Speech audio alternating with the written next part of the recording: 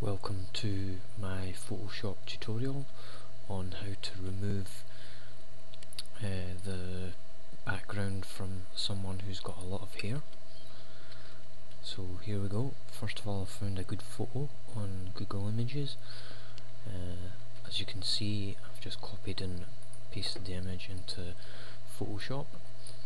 Now, the reason I chose this image is because although we can rub out the background colour here, we've got a lot of colour sort of on the inside of her hair that's going to be difficult to remove. Now, I've read lots of information and looked at many tutorials on how we can do this and different methods, and some people show some methods and others say they're wrong and say that there's a different method or there's a better way to do it. So I'm going to have a look at just a number of ways that you can do it. Sometimes I've found with images that using a number of methods is really the only way that you can do it and make it look good. So here we go. One of the first ways we're going to look at is the colour range tool. Now, the colour range tool is like a quick way to actually zoom in on colours. We just come up to select and click colour range, and this gives us a little dialog box here, and we can start to click on the colours in the background. So I'm just going to do that. Click here, and as you can see, this area around here changes, and this is the actual image being selected. So you can click sort of some of the further outer colours first, and when you click OK here, it selects the outer images, and I'm just going to do Control X just to cut that out there. That's quite a quick way of getting rid of a lot of the edges around in the background colour. So we can come in and do it again and choose a different section. So I'm just going to click here. Again, that shows us this time it's getting a bit more into some of the inside strands of the hair, like in here. So that looks quite good. So we're going to go and Control X that. Oh. There we go. So that's removed some parts here. Now, the only thing about the colour range that can be quite frustrating is that if you start to go further in and pick some of the colours, then some of the other areas will be highlighted, like in here inside our face. Like if we see how we've got some colour there that's going to be removed. So if we click OK, let's have a look and see what that is. So although we're going to take some of the colour round outside our hair, what's actually going to happen is we're going to remove sort of these parts as well. Now, there is ways you can stop that from happening. For example, we can come up and choose the selection tool, or the magic wand tool, and we can go to subtract from selection and click on there, and that leaves us still with the sections selected here. So that's quite a good way of doing it if there's only a couple of points that are showing up. So there we've still got the selection highlighted, so we're just going to remove that there as well. So as you can see, that's removed that, and we're starting to look a bit better here as well. So what I'm going to also do is show you another way as well. Is you can add on you can add on a new layer and add a solid colour style. Now we're just going to pick a colour like red and pull this layer down here. Now this gives us quite a distinctive background, and this allows us to use the eraser tool. So if we come back onto the main layer here, we can click the eraser tool and click background eraser tool. Now up in the top you've got a number of options, and this including the size of the eraser tool, and we can choose contiguous, discontiguous and find edges. Now, as I'm going to show you, these have a use all of them have a use. Oh, just zoom in there. Right, as you can see, we're going to just come in, and when you start to rub out, you can see that sometimes it highlights over the hair, so we don't really want that. We're looking for edges sort of that might not have the hair, so round about here, as you can see, is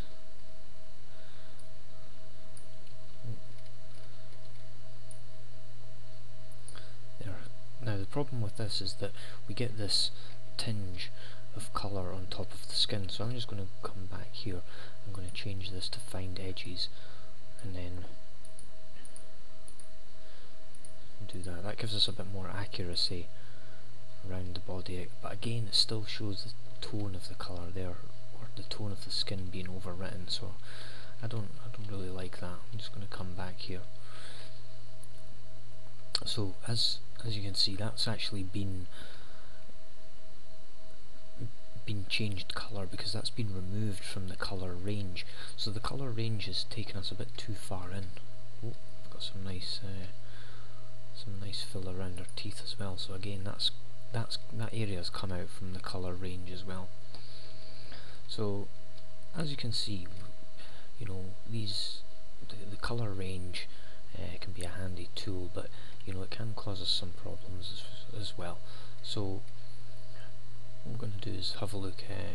Let's see what else we've got. Oh yeah, the colour fill.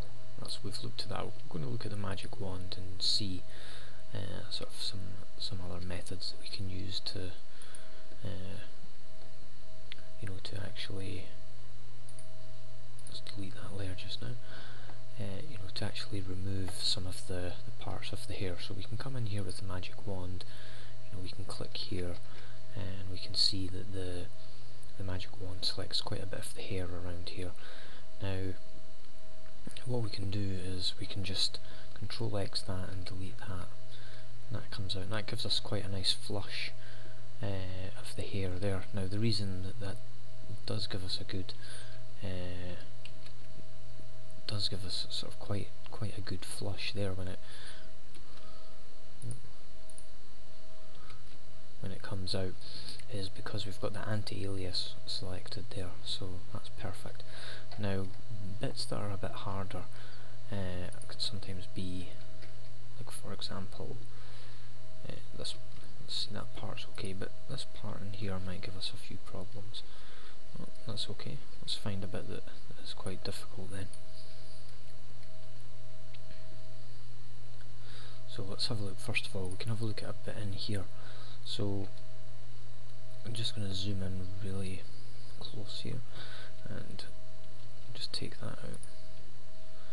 Don't know why this has been a bit funny. There you go. And then we can have a look at another bit here. Like, this is the perfect bit, for example. So as you can see, I'm trying to select more of the inside of this selection, but it's not happened. So if we come up here, we should actually be selected on this tool normally. Let's have a look. There we go. So normally we'd be selected just on this one. Now you want to change it to this one, which is subtract to selection. So we'll just zoom in a bit further, and we can start to zoom in.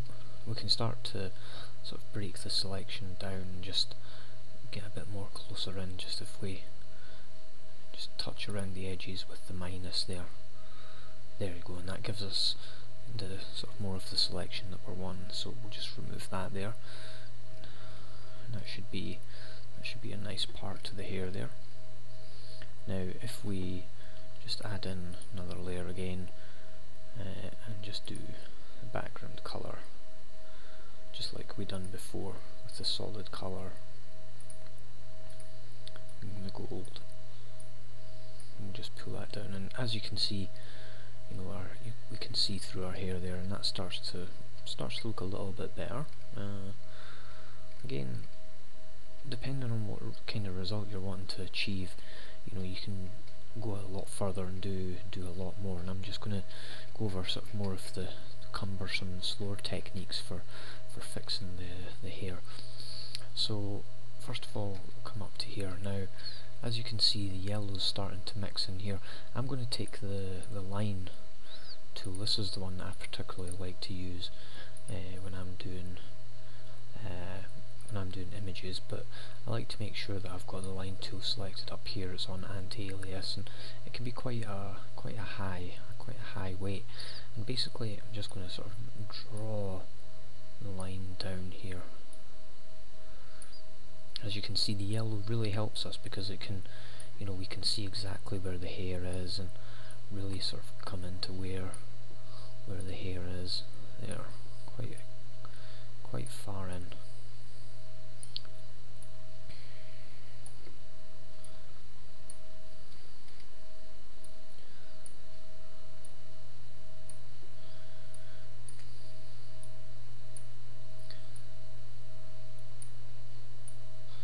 Now I'm just going to concentrate first of all on this section here, round this part.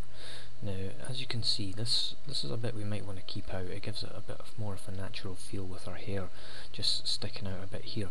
So what we're going to look at is have a look at the wand, the clone tool. So come up here, click clone tool. Now this allows us to copy sections from inside our hair in here, any section you want, and sort of paste it on top of the area that you're working on. So what we're going to do is we're going to pick a part sort of more inside our hair in here, hold down the Alt key and click to hold, and this gives us like a little sort of pattern of the colour as the clone tool follows the area. If you click here, the clone tool is going to follow that area, and then as soon as you start clicking down, it will follow down that area. So see, I'm just gonna click here, and then as you start to click there, you can see that the cursor sort of appears and gives you an indication of more where it's going. So I like to just come back and forward quite quickly and sort of change the tone and the colour. So I think that's actually a bit too big, so we're going to just remove that down, say to about 6, there we go, and just carry on there, and just to build the hair area back up that we had, just to try and make it a bit more natural.